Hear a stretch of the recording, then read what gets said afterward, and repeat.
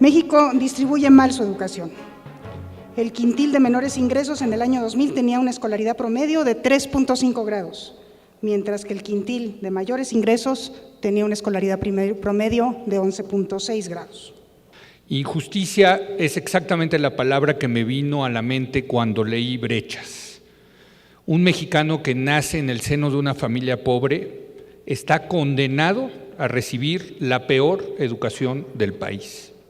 México ha sido incapaz de construir motores internos que desaten el dinamismo económico, alienten la inversión, promuevan el empleo o alcen la marea lo suficiente como para que los pobres se monten sobre ella.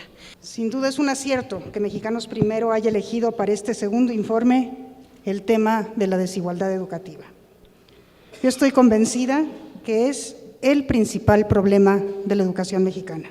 Me parece grosero, realmente grosero, que un niño indígena, sin recursos y que vive en el campo, se le imponga una sentencia de vida, la sentencia de tener una pésima educación que a la postre sabemos va a determinar el futuro de su vida.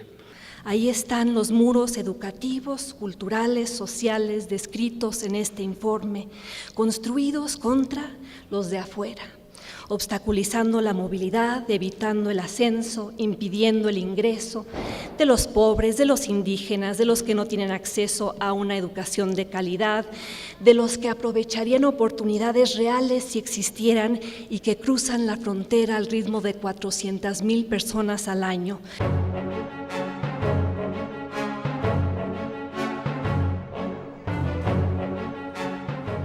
Dos fenómenos simultáneos, ambos externos a la educación, han tenido gran impacto.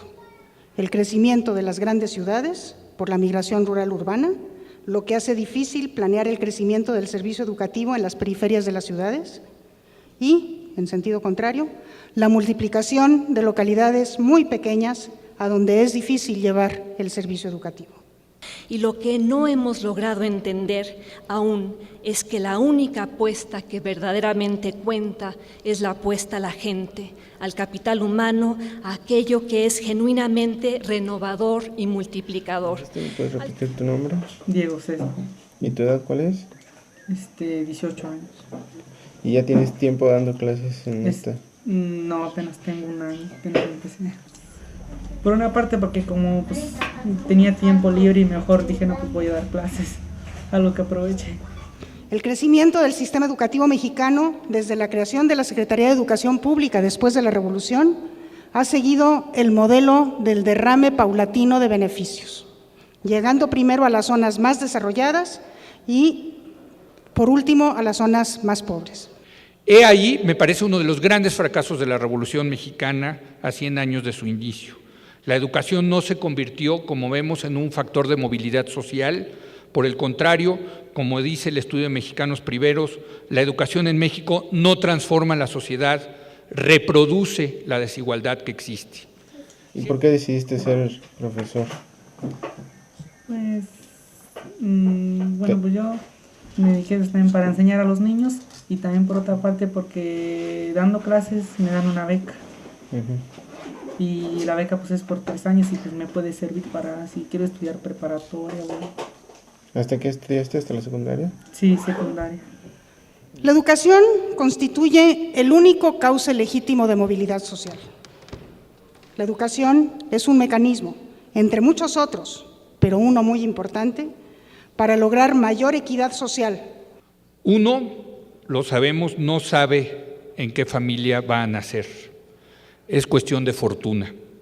Igual nos toca el privilegio de pertenecer a un hogar con padres educados que se preocupan por la educación de sus hijos, en una casa con un ingreso medio alto, que tiene libros, que hay computadoras y que hay internet.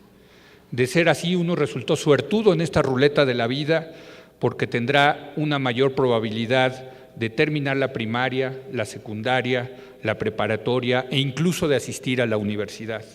El hecho de que la inequidad en la distribución del aprendizaje está relacionada con las desigualdades socioeconómicas y ante eso la complacencia de tantos, la costumbre de ver las brechas como algo normal e imbatible. La pobreza en nuestro medio está naturalizada. Tiene que haber pobres, se piensa de manera generalizada. La pobreza es un fenómeno a aceptar, no una injusticia a combatir. La apuesta que el país le hace a la extracción de recursos por encima de la educación de su gente, la concentración de la riqueza que ese modelo genera, ese patrón de comportamiento transeccional que condena a México a la mediocridad permanente, independientemente de quién llegue a Los Pinos y gobierne desde ahí. Pero con fecha de hoy, el sistema educativo puede ser diferente. La tarea es enorme y nos incluye a todos. Hoy una educación de calidad puede ser una meta visible y acariciable si ustedes contribuyen a que sea así.